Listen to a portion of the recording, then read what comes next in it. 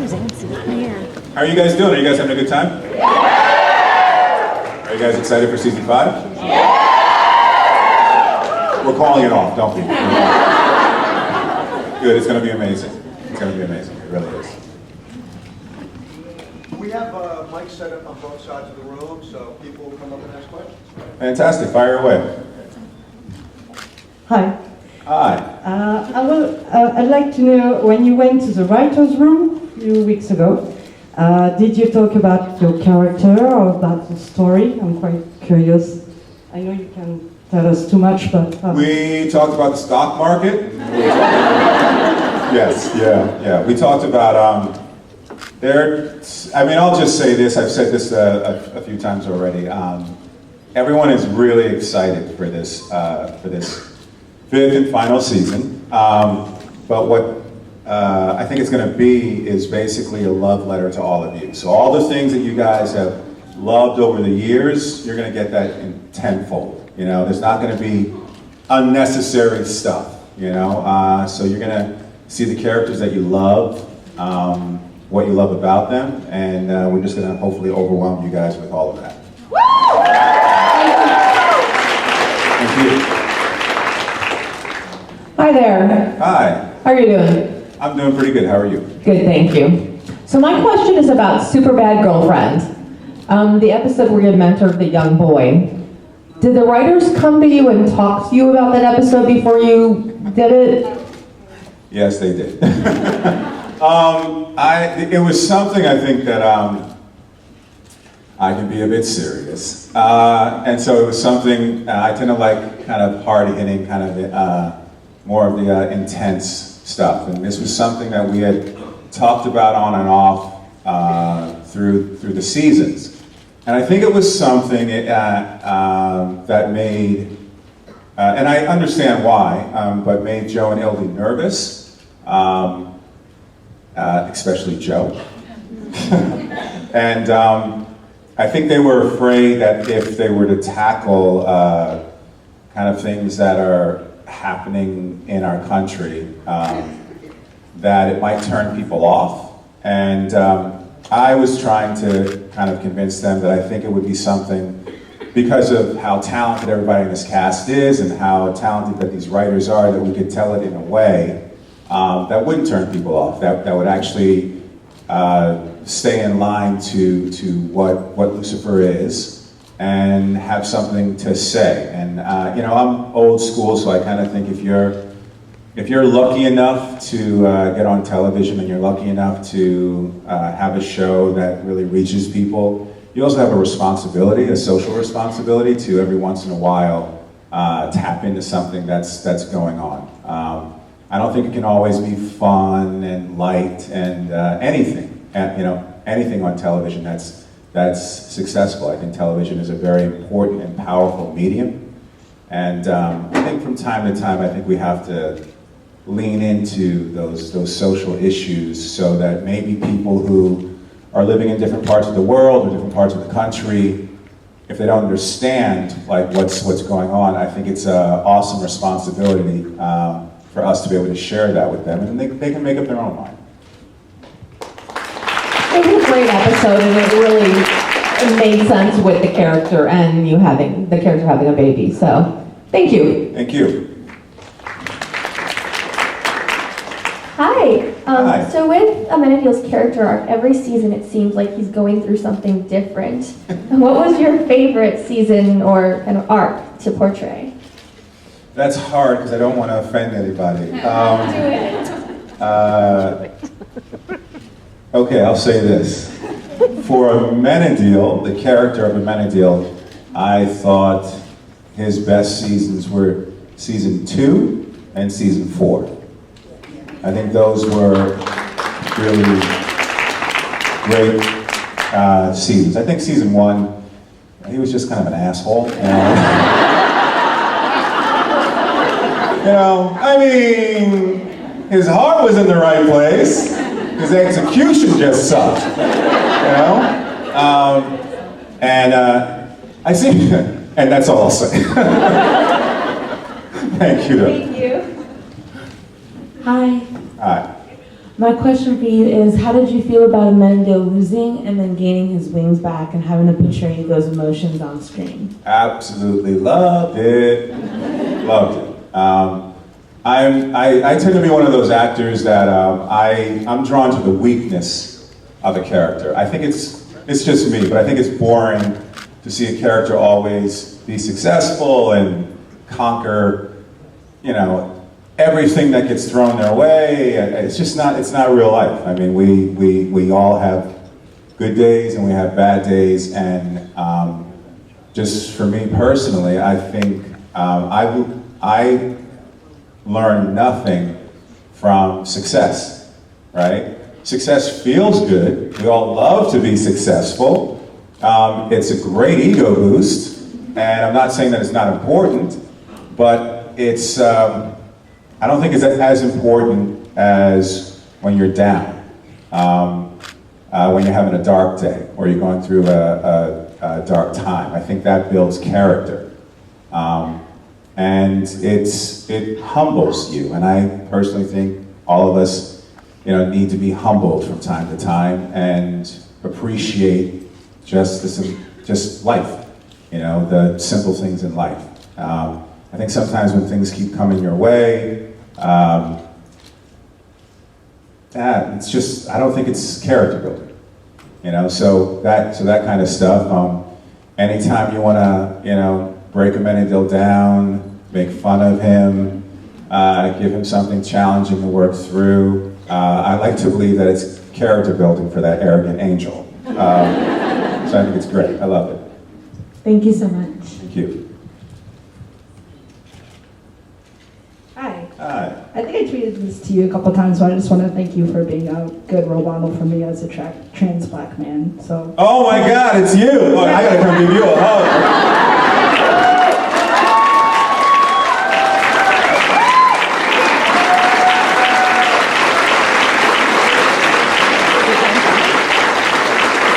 I've been waiting for that one, man. Thank you. So my question is, who do you find having the best chemistry with on set? Now you're trying to get me in trouble. Well, listen, I don't think it's any secret that Leslie Ann's like my sister. I mean, we go back, I don't know how people know this, but we go back 5 years before Lucifer even began. I knew her and her back then, her boyfriend, who's now her husband. So I have a long relationship with her. She's special to me. She can drive me crazy like little sisters can, and like big brothers need, She always keeps me honest, and she always picks me up, So we have a special relationship. I also have a special relationship with Tom. He makes it a joy to come to work every single day.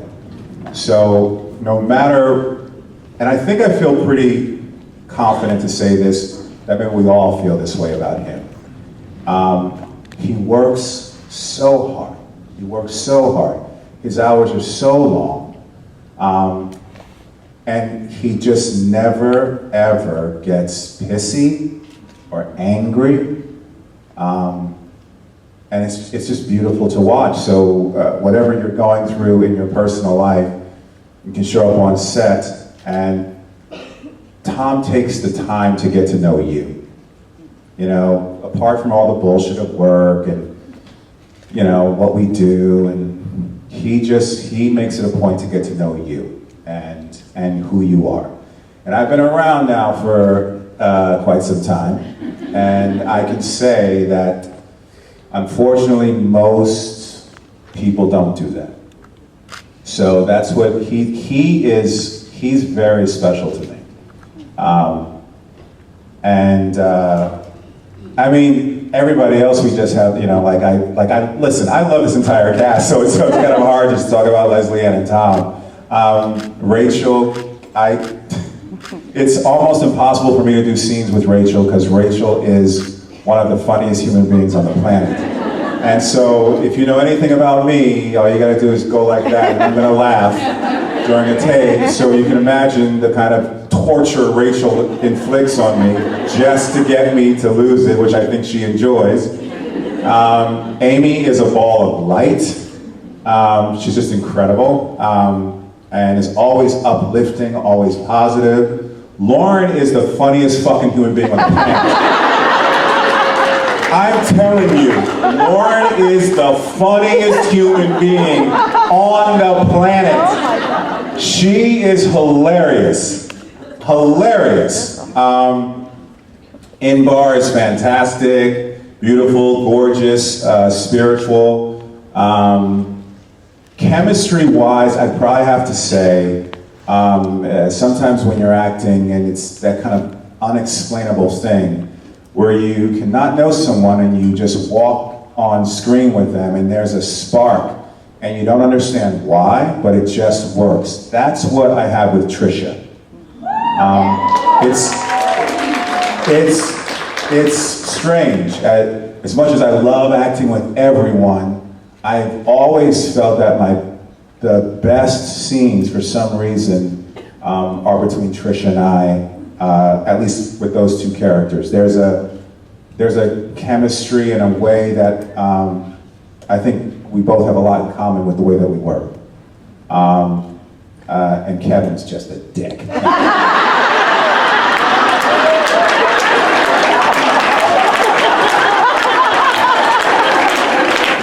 You make sure that you show Kevin that tomorrow when you see him. All right? He's gonna love that. But yeah, thank you. Hi. Hi. So one of my favorite scenes with Amenadiel was when he was lifting Charlotte and bringing her to heaven. And so I was wondering what your favorite scene more so with Rachel was, with having Charlie and having Amenadiel having a son, and what do you think his power would be? Okay, so my favorite scene with Rachel, that's interesting. I'm gonna be honest with you. My favorite stuff with Rachel is the stuff that never makes it in. Rachel can go. I mean, she can, and it's most of the time it's inappropriate. But that would actually be some of the best stuff. It's the stuff that you guys, unfortunately, don't get a chance to see. Charlie's special power, I don't know. I think it would have to be something that none of the other celestial beings, like something that we haven't seen. It might be interesting. His wings? Yeah. I want to see his wings too. Yeah. I'm going to be interested to see what they do with Charlie this season. Yeah, me too. I'm really excited for Charlie, and I'm really excited that Amenadiel had his own son. Like, I think that was a really cool scene to bring into the show. Thank you. All right, thanks so much. Thank you. How you doing, sir? Pretty good. How are you? I'm doing great. So I noticed that everybody's kind of looking for future projects after Lucifer, and I saw last month you tweeted about interest in the MCU, and I'm sure you got a whole bunch of retweets of it. You guys are awesome. Keep it up. So my question for you, sir, is what characters are you interested in playing? Not that Marvel might not be listening, but just curious as to what characters you'd interested in playing. I'm going to be really honest with you. I don't know because there's so many, and I want to make sure I don't say something that then screws me out of something else. So I'm being very political about it. What's that? We won't tell. You won't? I'm sure you won't.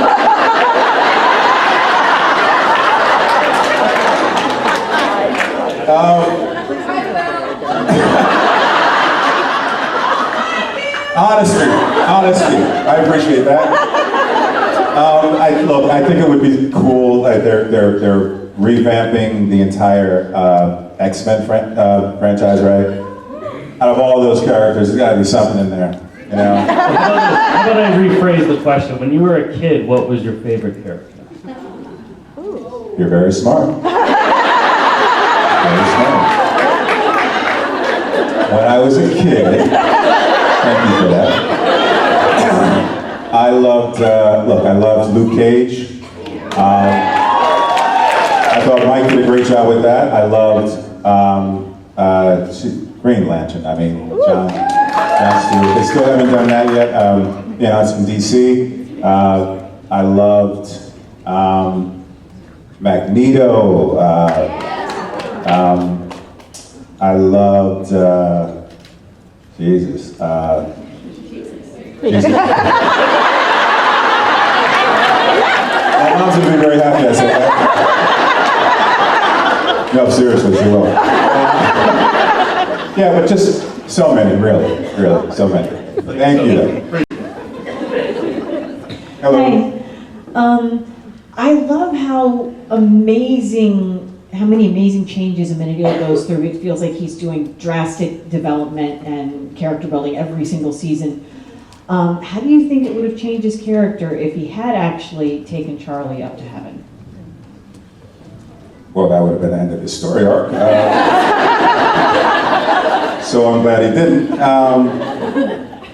I don't think he would have lasted. I just think, one of the amazing things about Amenadiel that's different than Lucifer, if you've noticed, right, all the celestial beings tend to be arrogant, full of themselves. Lucifer, Amenadiel, Maze, Mom, even to some extent Eve, my God, Cain,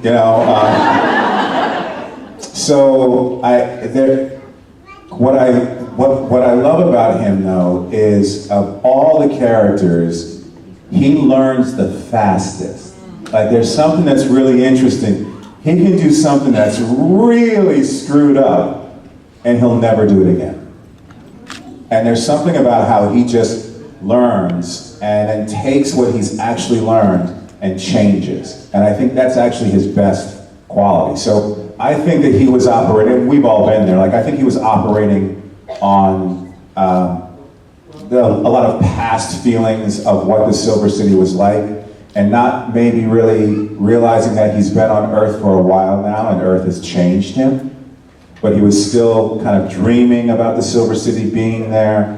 And I think once he went up there, he realized not that there's something wrong with the Silver City, but that he's changed. And it no longer necessarily feels like his home. So I don't think he would have lasted. I think he would have brought Charlie back. And I also don't think that he would have done that to Linda. I just don't think he would have felt right doing that. Thank you. Thank you. Hi. I liked how you portrayed Amenadiel's growth throughout all the seasons and how much he's grown from looking down on humans to admiring them. So my question is, it relates to Charlie, in that he was trying to protect Charlie from the prejudices from humans and the danger that causes them. Wouldn't there be any prejudices in heaven for Charlie, since he's only half angel and half human, and most celestials seem to look down on humans?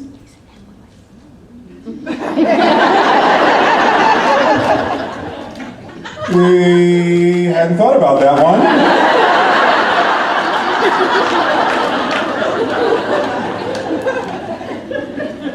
Excellent question. Excellent question.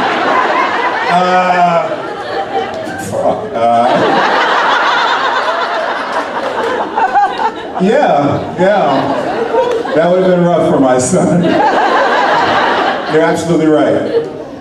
Wow. That's all I got. I'm sorry. Thank you. Someone send that to Joe and Ilby. Hello. So, what was it like working with the baby? Oh my God. Oh my God. If I had ovaries, they would be exposed. I'm just letting you know. I'm being honest. I have a daughter, and she's just incredible, and she's 9, and it's people who are parents know, right? Like, They're a handful. Let's all just, we all know that. However, what makes it worth it are those moments when you're looking at them or they're just doing something and it just, I once heard someone say that, you know, when you have children, it's like your heart expands and it's this weird feeling. And I'm sure it's pretty much, it's primal, right? You would take a bullet for your child. You would do things that you might not do for your wife or your husband, right? But for your child, it's like you're not even thinking about it. It's just this instinctual thing. So having that baby on set, I mean, you can, the women on the show are always trying to get me to maybe have another child by talking to me about it and telling me, you know, that it's amazing, it's this. I'm like, I have one, I know. But seeing that baby on set and dealing with that baby, it's just, oh my God. To see the whole crew just start to melt, the baby was awesome. Are there ever any moments where they just start crying out of nowhere and you guys don't know what to do? Yes! Of course. I mean, Rachel and I had one of those moments, but Rachel's a mom too. Rachel has two children. So at times like that, you know, it's funny because at times like that, you can see the people on set that are parents, and then you see the people on set that are not parents flee as fast as possible. Like, oh, I see why you don't have any children. Thanks. Hi. Hi. Well, I'm a really big fan of Lucifer. I'm also a big Suits fan, and I want to know what it was like to work with some of the same people on Lucifer that also worked with you on Suits. Okay, here's the thing, and this is like, Rachel and I go back and forth on this for years. We have never been in the same scene in Suits. Even the entire time that we've been working on Lucifer, we've been fortunate enough to go back and forth. You will never see those two characters in the same scene. So we would always laugh about it. But I love Suits. I mean, it's the final season, sad, but what a great run that they've had. And a lot of people don't know this, so anybody who are fans of Suits, Donna, Sarah Rafferty, and I are classmates. We actually went to the same drama school, we were in class. We've known each other for over 20 years. So we are old friends, and so it's just great anytime that I would show up there.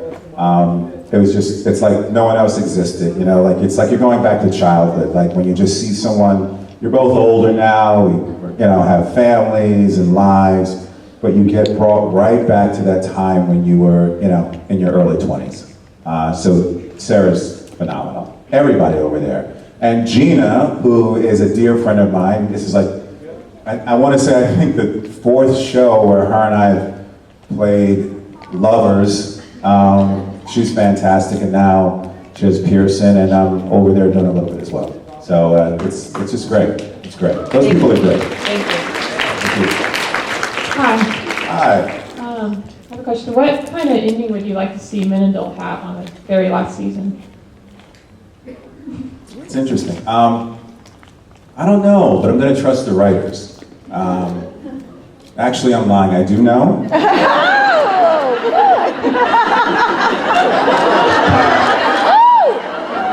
I really like you guys. But I can't say anything. But it's going to be unexpected and epic. Surprise. Yeah, it's going to be epic. It's going to be absolutely epic. Okay, thank you. Thank you. Hi, so I remember you doing a movie in the 90s called The Temptations. Yes. Oh my God. And I loved you as Melvin Franklin. Would you want to do any singing in the next season of Lucifer? Well.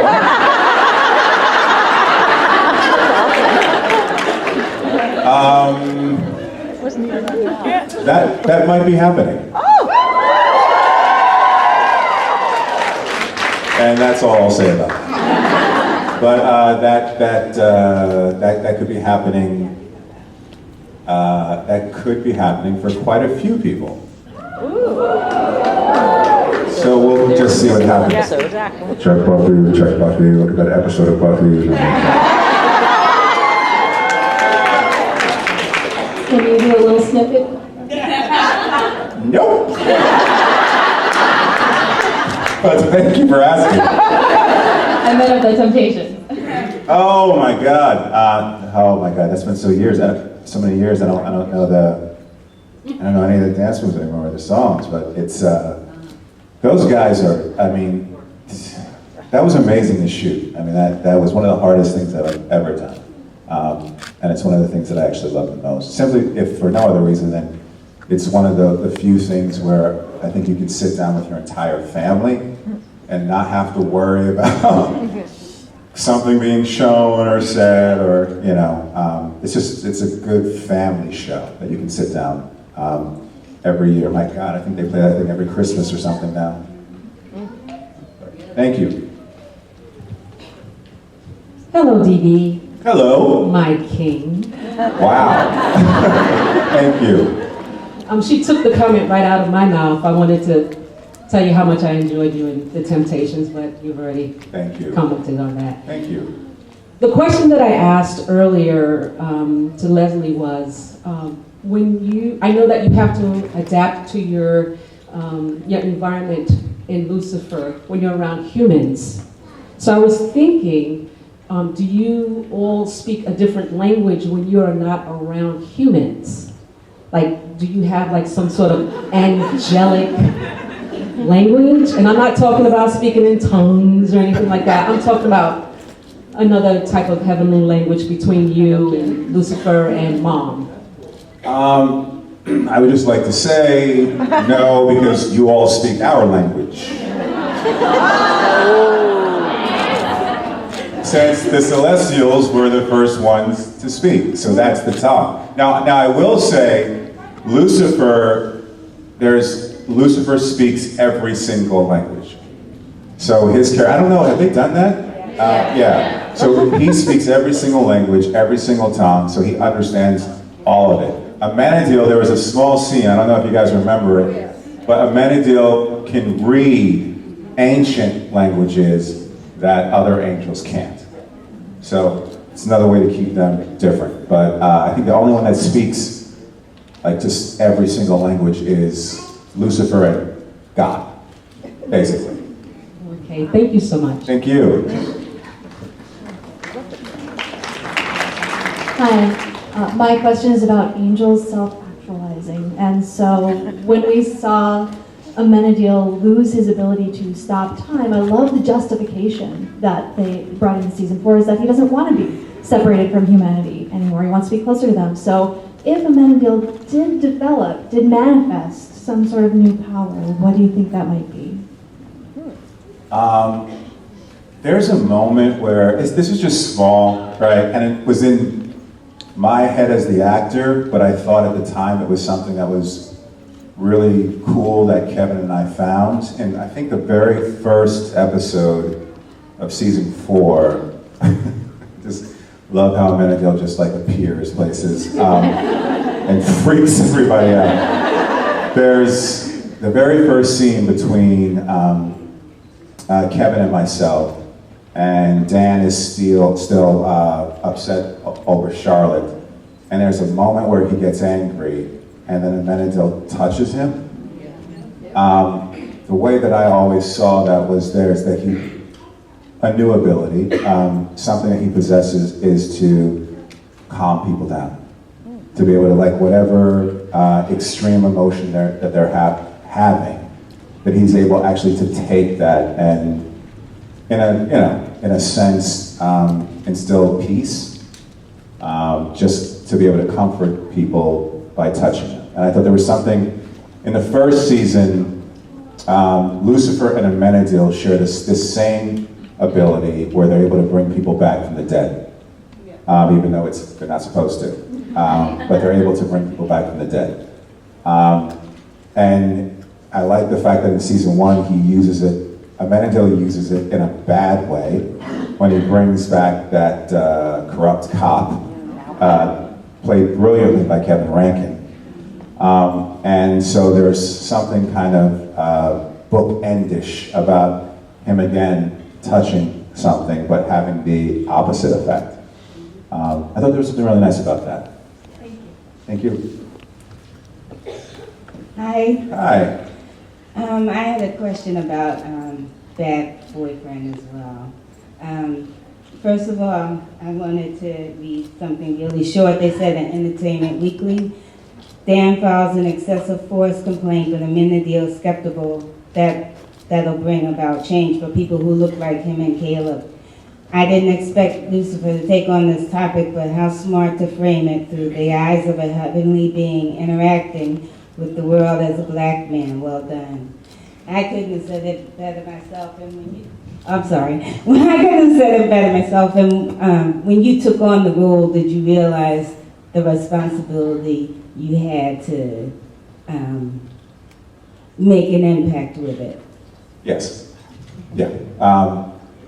But that's something, look, I think if you are a person of color, a woman, anyone who belongs to a marginalized group, you have a responsibility, you know? I know it may not always feel fun. I know that it sometimes can feel like a burden, but it goes back to something I said earlier. This is a very powerful medium. And I know we all want to have a good time, we want to laugh in the same way. You know, I don't, when I go to a movie, I don't necessarily want to think about all the crap that's going on in life that we see on the news all the time nowadays. It's so much. And you want to just get away and just laugh and cry and have a good time. I'm the same way, trust me. However, I do think that people who belong to a marginalized group have a responsibility when our face is up there. And I take that very seriously. So for me, being a black man that has, I know you know, I can't even go into how many times I've gotten pulled over just for being black, how many times you get handcuffed and told to sit on the side of the fucking curb like you are a degenerate or something, like you have done something wrong. I cannot tell you how many times a cop has pulled a gun on me for being in fear of their life, right? I can't tell you how many times. It is exhausting, and I think people don't understand that it's so bad that it's just a way of life that sadly, if you are black in this country, you accept. Doesn't mean you like it. And by accept, I don't mean that you forgive or you think it's okay. It's just that we were actually having this conversation in the green room. Leslie Ann and I were explaining to someone. Every single time I step outside my house and I get in my car, I know this could be the last time. Every single time you're saying goodbye to someone that you love, and as a black person in this country, it could be your last time because you don't know. We see all over the place people getting shot and killed who were doing absolutely nothing. So why people think that can't happen to one of their black friends, their next door neighbor, and their black family, people down the street that you love, old college friends, relatives in your family, if you have a mixed family, and you're thinking that this kind of stuff happens in some far off place. No, it does not. It does not. It is all over the place. And the only reason people are seeing it now is because we have these iPhones. Right. This was happening way before iPhones. This has been happening for me my entire life. Before I was born, it was happening to my father. Before my father was born, it was happening to his grandfather, his father, his grandfather, on and on and on and on and on. This is something that has always been here. The great thing about the iPhones now is that now we all have proof.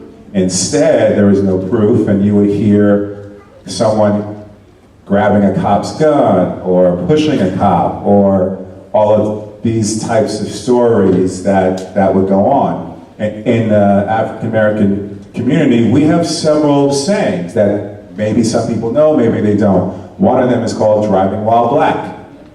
That's how we talk about it with each other. So, like, what's going on? Oh, DWB. That's it, like, oh, I got you. You okay? I'm good, okay. And we just move on. It's become a part of our life, and it's wrong, and it needs to stop, so keep filming. Thank you very much. Thank you.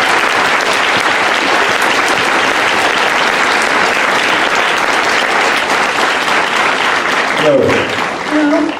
First of all, you're incredibly talented, and I really respect how you're bringing these current issues to the platform that you're using. I just really admire that, so good on you, kudos to you. My question is, I really enjoyed that sort of one-off dynamic between Amenadiel and Remiel. I wanted to know if you could elaborate sort of on your thought process of their relationship and if Remiel might ever come around to enjoying humans.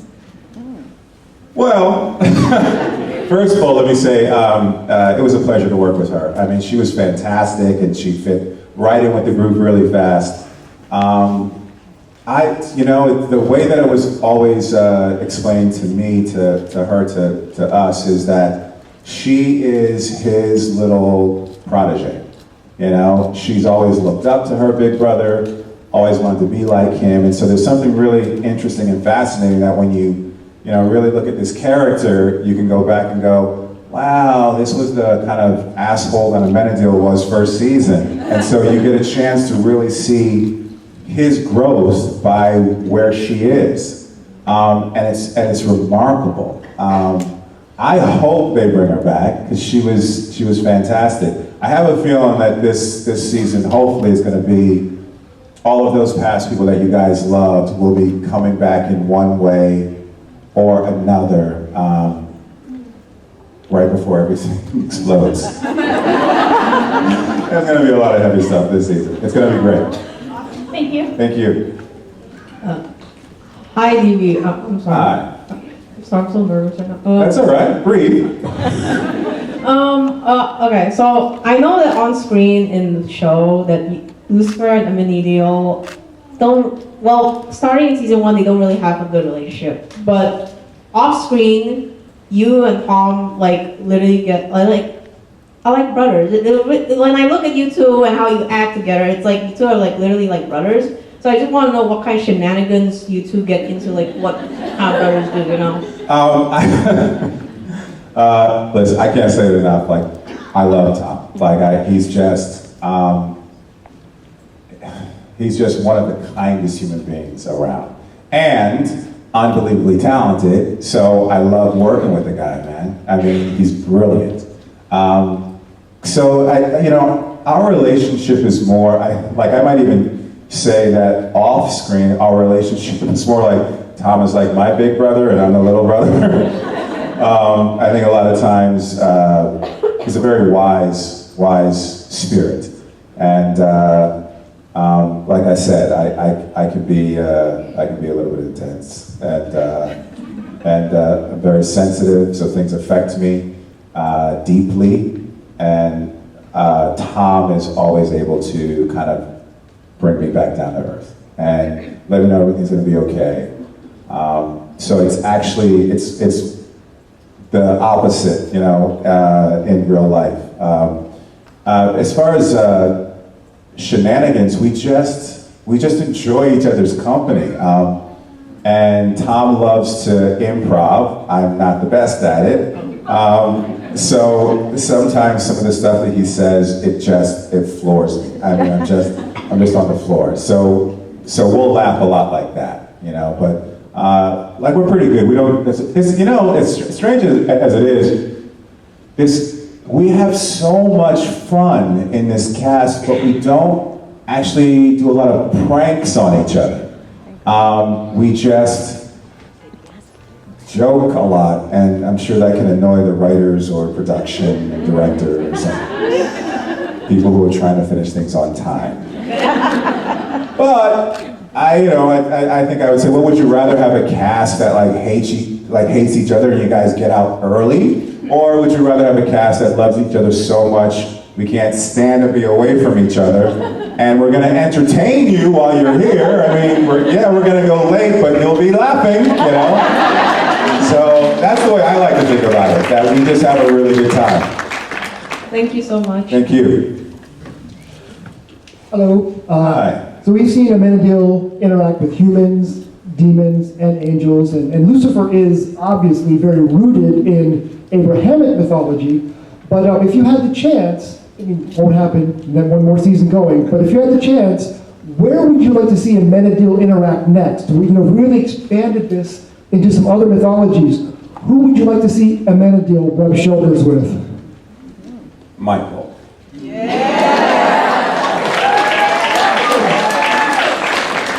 There's a story there that's really deep, but I would love to see him with Michael. I think a lot of the family has a problem with Michael. So, and who knows? We might see that this season. We might not. I'm gonna get in so much trouble. Hey, last season though, so I got my job.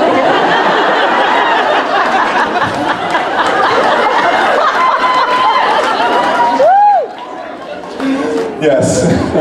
Hey, a minute, dude. Hey. Okay. That's just my most favorite catchphrase of the whole 4 seasons so far, because you're my favorite character out of everyone. And so I wanted to ask, what's your most favorite episodes? 2 of your most favorite episodes for the whole first 4 seasons. Wow, that's hard. My favorite episode, okay, I'll do it this way. My favorite episode in season 1 was, I'm going to forget the name of it, but it was the Wings episode. Wingman. That's it. Yeah, thank you. When Lucifer just burns his wings on the beach, and it's like the biggest FU to Amenadiel and God, and they have that brutal fight, But it's also the first time that Chloe and Amenadiel meet. And so there's something really special about that. I think the other favorite episode, okay, I gotta do 3. I think my second one was, I don't know the name of this episode either, when Lucifer goes back to hell to save. What do you go back to say? Yes, the hospital. Oh my God, all these things are blended together, right? But he goes, back down, and then Mom is there with him, and then the third one would be Super Bad Boyfriend. So those would be my 3. Thank you, I appreciate it. Thank you. We have time for one more question. Oh no! Let's finish them out.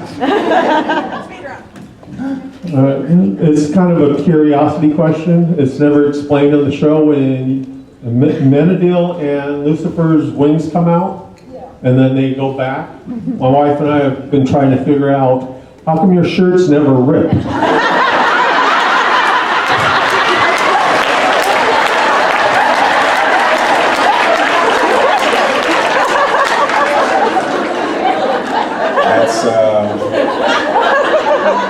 That's another really good fucking question.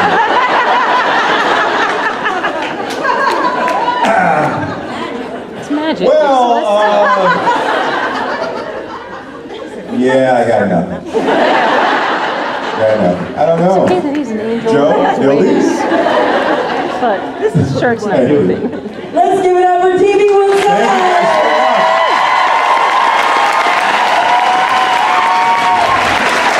and I say this from all of us, thank you for saving us so many times.